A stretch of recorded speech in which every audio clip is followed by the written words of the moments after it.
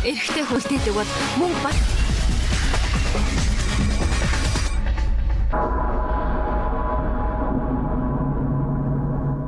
Шинэ 7 өдрийн мэнд хүргэе үзэгчтэй. Эмэгтэйчүүдийн цаг нэвтрүүлгийн маань шинэ дугаар үзэгч та бүхэнд студиэс шууд хүрэхэд бэлэн болоод байна. За бид өнөөдрийнхөө зочны хоймортой таргалалтаа тэмцэх нийгэмлэгийн тэргүүн оюун бэлгэгчийг урьж оролцуулаад байна. За танд өглөөний мэнд хүргэе.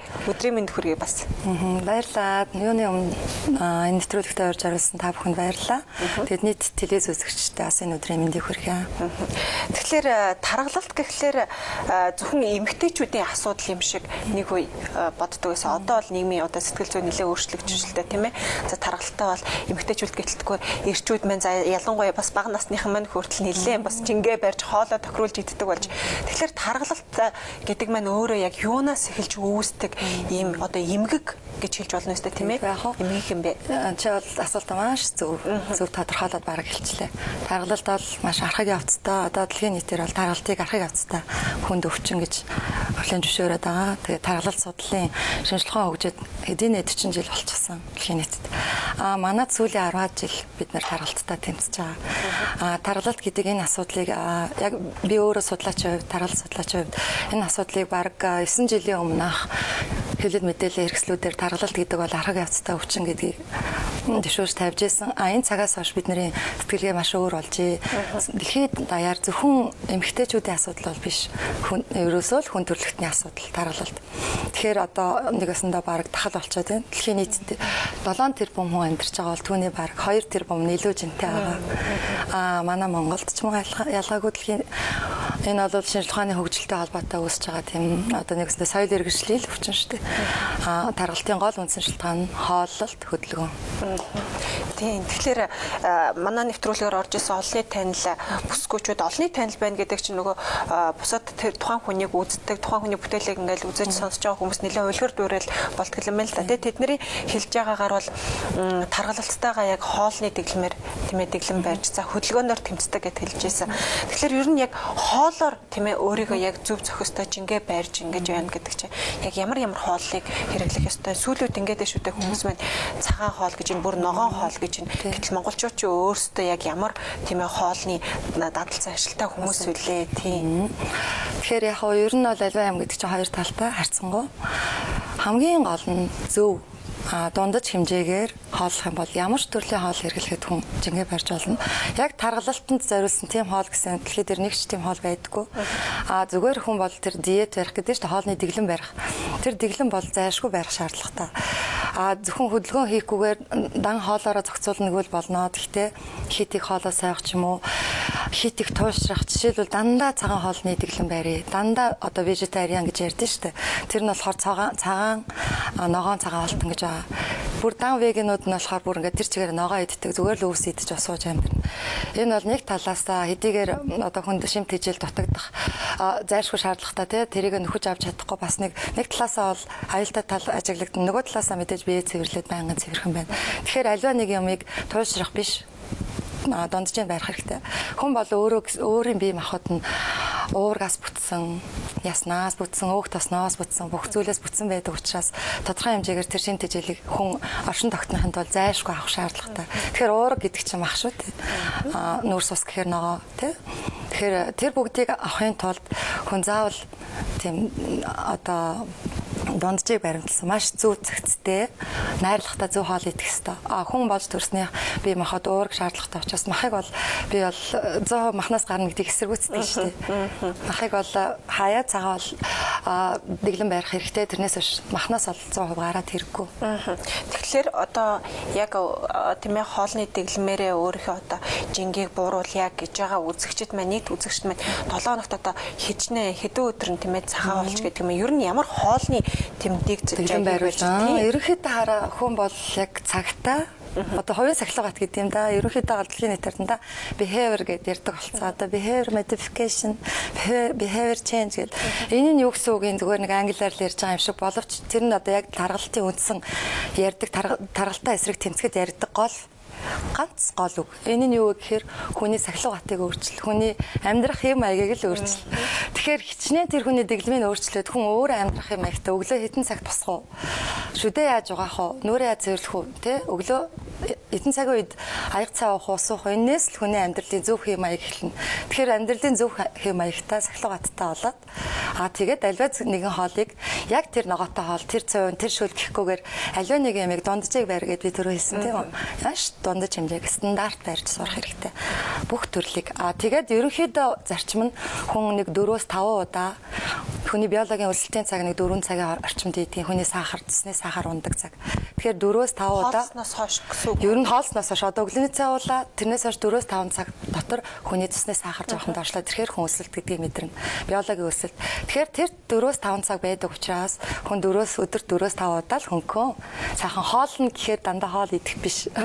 Өглөөний нэг аяг цай тэсэн талхтай гэж л хоол гэж яриад байгаа. Тэг өдөртөө нэг хоол идэд орой 6-7 цагаас хойш хоол идэхгүй байх хэрэгтэй. Энэ бол зүгээр л хүний хэнийг хэрэгжүүлэх болох амьдралын зөв хвшил. Ингээд явах юм бол цагтаа нартаа.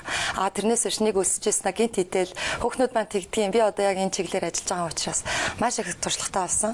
Маш их хоолой сайн 3 хоног өсөжсэн гинт маш их идэнэ. Эсвэл өглөөжөнгөө өсөжсэн орой гэртээ хараад бүр маш их хэмжээгээр иддэг байхгүй юу? Үгүй тэр бол маш хортой. Чин мөнийг л гээд надад бас над асуудал чинь байдаг л та. Би бас нэлээд хоолны дэглэм барих гэж үздэг байхгүй. Заримдаа ингээл өдөржингөө хоосоо явж бол орой гэрт очихлаар нөгөө аягаа хавцаа хоолоод намаг идэж гэж байгаа юм шиг тийм. Тэгэхээр хараа хүн хоолыг хизээч үзээ ядаж болохгүй. Хүн гэдэг чинь хоол гэдэг чинь хүний амьдралын хамгийн сайхан баяр баясгалан. Одоо амьдралын таашаалуудын нэг тийм үү? Бид нар унтдаг, иддэг. Тэр болгоны нэг нь адил хүний амин чухал хэрэгцээ. Тэгэхээр нэгэнд хоолоо идж байгаа зохиолдол хүн маш их таашаалтайгаар цаг зарцуулаад хүний цадалтын рефлекс тархинд 20 минутын дараа очдөг. Цаадсан гэсэн тохиол. Тийм учраас 20 минут удаан таашаалтайгаар идэх хэрэгтэй. Гэхдээ идэхийнхээ өмнө юугаа гаргаж тавих вэ? Ширээн дээр маань юу яах ёстой вэ гэдгийг сонгох хэрэгтэй. Хөргөчөө онгойлгохоос өмнө ямар ногоог авах вэ? Би эсвэл гурилыг авах уу, будааг авах уу, ногоог авах уу, махыг авах уу? Энийгээ сонгоод хоолоо сайхан баяр баясгалантайгаар бас баяртайгаар хоолоо хийх хэрэгтэй. Тэгвэл хоолн чиний сайхан энерги ороод маш гоё амттай хоол болно. Тэр хоолоо хүний бэлтгэсэн хоолыг ч гэсэн гоё амттайгаар. Тэгээ бодоод ямар нэг юм сатаарахгүйгээр 20 минутын турш гоё жажлаад, удаан жажлаад амтлаад идэв. Тэгэх юм бол 20 минутын дараа тархинд цаадах рефлекс төрнө. Маш бага ч идэнэ. Наадах чинь бас надад айгүй хэцүү санагдаж байна л да. Ялангуяа манай хэвлэлийн салбарт ажилладаг хүмүүс бол байнгын нөгөө мэдээлэлтэй уралдаж тийм ээ. Цаг тухай бүр нөгөө мэдээлэлүүд түргэн шуурхаа үзэгчдэд хүргэж өгөх гэсэн нэн тэргүүний тийм зорилт байдаг. Яг энэ зорилтынхаа шаардлагын дагуу ингээд ажилладаг болохоор хоолыг хүртэл бид нэр тухтаа идэж чаддаг. Хам хумгэл сэтэл тэл хам хумгэл ингээд хайл явдаг. Тэгэхээр би маш сайн ойлгож байна. Бид нар бас их хэмч хүмүүс манай эмч нар цаг нартаа уралдаг хүний амнастаа аврахын төлөө өрсөлдөж ажилладаг. Би жоохондоо зүгээр л худаа иддэг хүүхдээсэн бол их хэмч болоод маш хурдан иддэг болсон. Ерөөсөө юу идснээ мартаал ингээд маш хурдан хугацаанд иддэг болцсон. Тийм рефлекстэй болоод удцсан байсан. Тэгж жагаад яг энэ чиглэлээр ажиллаад бас хүн чинь эрүүл мэндэ бодох хэрэгтэй. Би өөрөө эрүүл ээжэж хүнд эрүүл мэндийн талаар мэдээлэл өгнө. Хүнийг эмчилнэ. Хүнийг урьдчилан сэргийлнэ. Ийм болохоор аль болох эргэн тойрныхоо хүмүүст мөн үйлчлүүлэгчтэй үлгэр дуурайл үзүүлэхийн тулд өөрөө бас эхлээ хөвшүүл сурсан. Түүнийхэн дараа хүнд өөрөө хөвшүүлсэн хүн чинь хүнд ярихад амар байдаг шүү дээ. Өөрөө мэддэг учраас ингэж идэх юм байлээ гэд. Тэгэхээр та нарын мэргэжлийг маш сайн ойлгож байна. Ер нь дэлхий дээр яг цаг нартаа уралддаг хэд хэдэн мэргэжлүүд байдаг шүү дээ, тий. Телевизийн хэвлэл мэдээллийн эмч хуульч сэтгүүл цагдаа гэл. Энэ болгонд одоо миний мэргэжлийн юмдаа гэд өөрийгөө золиослж хизээч болохгүй. Чи залуу хүмүүсгүй вэ? Ийм сайхан тэгээд гоо сайхнаа нэгдүгээрт бас бод. Хоёрдугаарт эрүүл мэндэ бод. Хамгийн гол. Тийм учраас чи хоолоо бэлдээ дээр өөрийнхөө өдрийн хоолыг жижигхэн пакетанд хийгээд бэлд аль болох муудахааргүй хоол пластмасн саунд хийгээд энд бодвол бичил толгойн юу байгаа тэрэнд нь жоохон халаагаад өдөртөө болсон хоол бол нэг муудаад шалахгүй. За муудахгүй л гэж бодъё цөмөр. Тэгээ аль болох муудахгүй хоолыг сонгоё. Тэгээ өдрийн цагаар 30 минутанд дамжуулаад хоолоо идэсээр дарагдаа хүсэлтэй бид нар цагийн 12 цаг хоорондоо яалтчгүй шуурхаа нэвтрүүлэг бол одоо тэр өдөр өөрийгөө золиослохоос өөр арга байхгүй. Гэтэл маргааш өдрөн зөв дэглэмдээ ороод л явчих. Ингээд ерөнхийдөө 7 хоногт нэг ядаж 5 өдөр маш зөв хоолоо сурах юм бол нөгөө 2 өдөр нь золиослогдлоо гэхэд тэр 5 өдрөө сайхан нөхөж чадна. Хүний бие организм гэдэг чинь дандаа өөрийгөө нөхөж төлжүүлж яадаг. Одоо бидний арьс гэхэд өдөрт хэдэн удаа гуйж ундаг тий. Хөмсөг сормоос үсч гэдэг юм уу. Ер нь бидний биед хуучирч ундаггүй эдис гэж ерөөсөө байдгүй. Өдөртөө 7 хоногтой хэдэн удаа ч гэдгийг одоо сормоос 7 хоногтой нэг удаа унаад ургаж авах жишээтэй. Яг ийм болохоор эдис маань байнга л шинжлэгдэж хуучирч хуучныгаа түрээд шинээр ургаж яадаг ийм хүний бие махбод гайхамшигтай. За тэгэхээр сэтгүүлч маань яг өнөөдрийн даваа гарагмын маань зочноор тархалтай тэмцэхний хэмжээний тэргуун их хэмж оюун бэлэг эмчээгээ оролцуулахтай холбогдуулаад яг тархалтай холбоотой зөв зөвхөстэй хоолны тийм зөвлөгөө мэдээллийг бэлтгэсэн байгаа. Тэгэхээр хоёлаа тэр мэдээллийг хамтдаа хүлээн авч үзээд эргээд түрүү ярьжсэн сэдвийг үргэлжлүүлэх үү. За тэгээ үзэх штэ.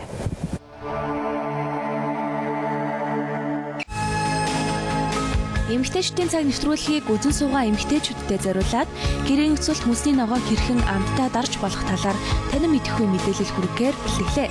Баклажин, помидор, амтж инжүүг сайдар угааж дараагаар нь хайруулын тавганд оливын тос хийж ногоонуудаа болтолн шарна.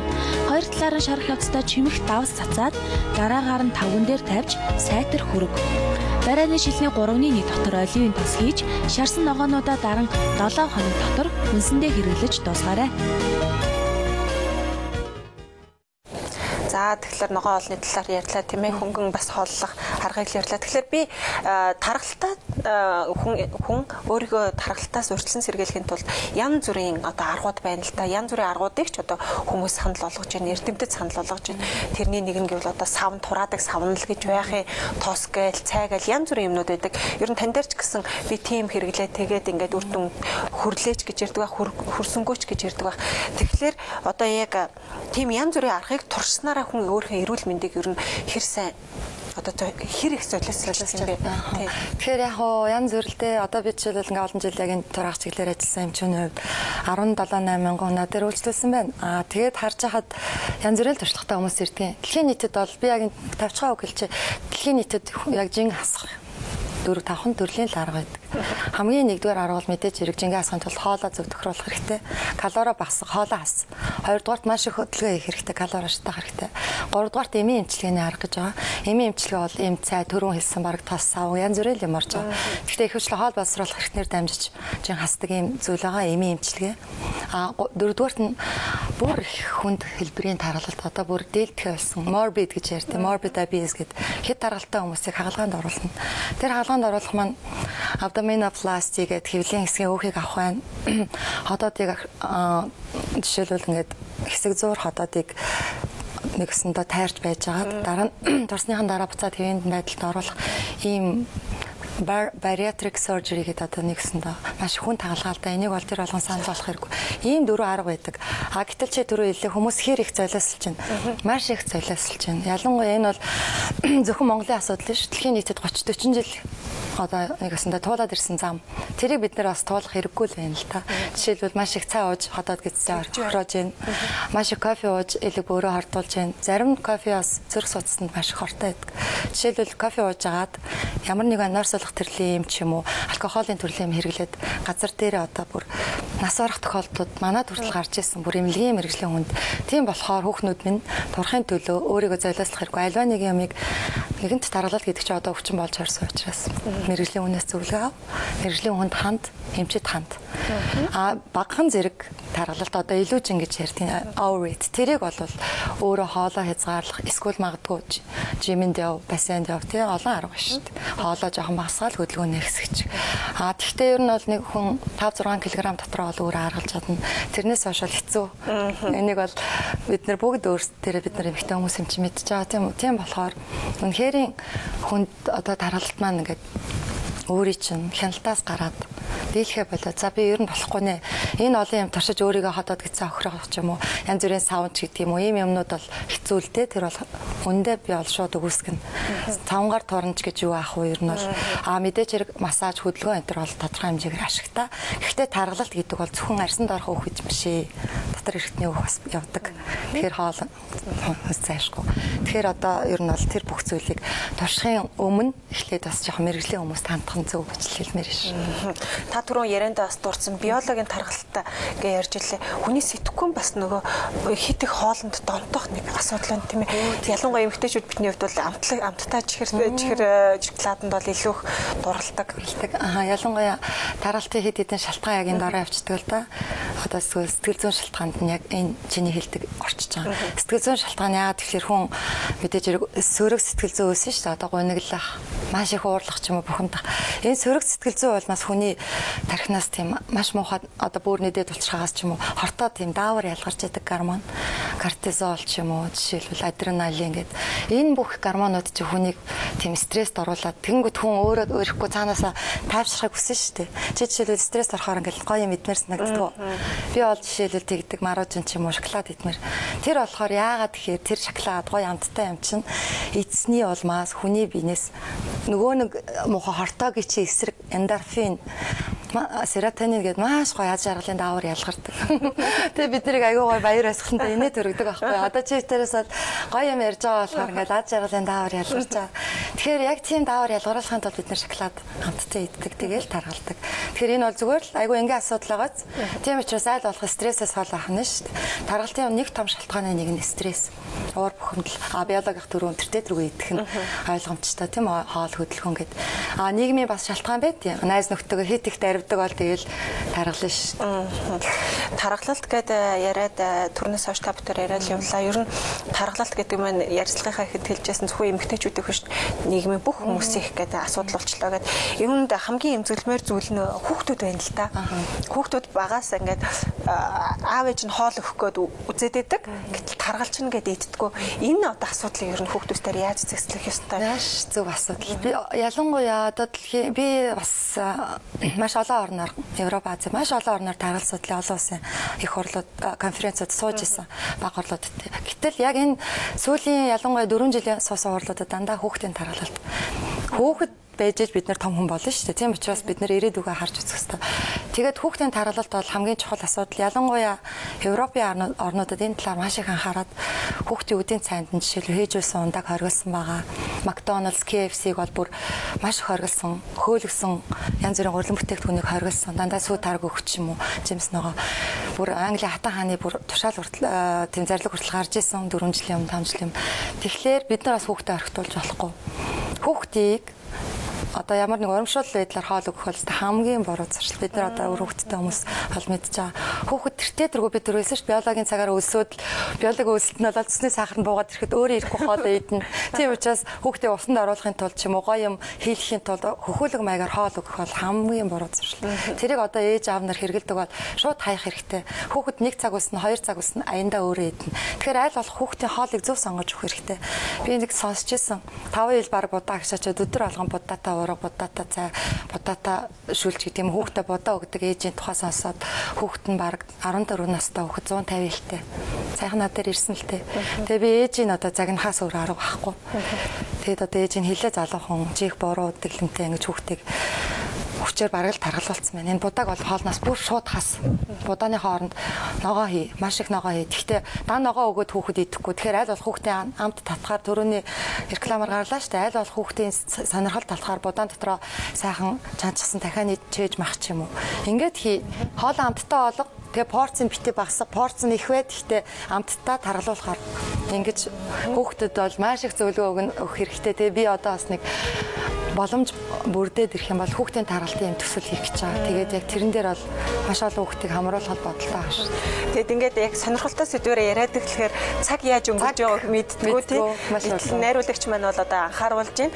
Тэгэхээр ингээд та бүхэн яалцчгүй ярилцлага ингээд дуусгах хэрэгтэй болж байна. Тэгэхээр та бүхэн ярилцлагыг үзээ сууж байгаа нийт үзэгчтэй хандаа та нэвтрүүлгийн төсөл товчхон тэр зөвлөгөө хэлэхгүй. За тэгээд ерөнхийдөө бол яг би жинхэнэ таргалалттай хүмүүсийг ерөөсөө тэгж сэтгэлээр унгаа Одоо би бол гаргалтай болсон.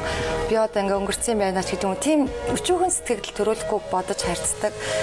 Өөрийнх нь нийтлэл дээрээ ч хүртэл тийм айгуу тийм инэрэнгүү бичдэг. Тэгэхээр таргаллаа жин хаслаа гэд хүн биш болчихж байгаа биш учраас хүмүүс миний болж өгвөл таргалаад жин маш өндөр олсон ч гэсэн бити гутраараа. Дээрээс нь хүний бие махбод гэдэг чинь өөрийнхөө өндөртөө таарсан өөрийнхөө ясандаа тохирсон арга ясандаа тохирсон тийм жинтэй байдаг учраас энэ нэг жижигхэн арга ясан дээр нэг бити хүнд чин өөрч яваарай олон ачаа бидний хөл нуруу бүх юмд ачаад өгчроос аль болох баг жин өөрөөрээ тэгээд зөв зохистой хоол бол энэ амьдралын бас хамгийн нэгдүгээр утга учир биш шүү. Хоолноос илүү бас айгүй сайхан зүйлүүд зөндөө. Тийм учраас хоолоо баяр баясгалаа маш багаар идээд хөдөлгөөн сайн хийгээд тэгээд стресс багтаа уур уцааргүй сайхан ааштай амьдрах юм бол ер нь нэмэхгүй л гэж боддгийг шүү. За танд баярлалаа. За ингээд та бүхэн ярилцах цаг маань ингээд дуусж байна. Үзэгчтэй эмэгтэйчүүдийн цаг нэвтрүүлгийн маань даваа гарагийн зочноор тархалтай тэмцэх нийгэмлэгийн тэргүүн их хэмж оюун бэлэг өргөдөн оролцож тархалт хэмээх эмгэгийн талаар тийм ээ бидэнтэй ярьслаа. Ингээд маргааш өдрийн цагтаа эргээд уулзъя. Баяртай үзэгчтэй.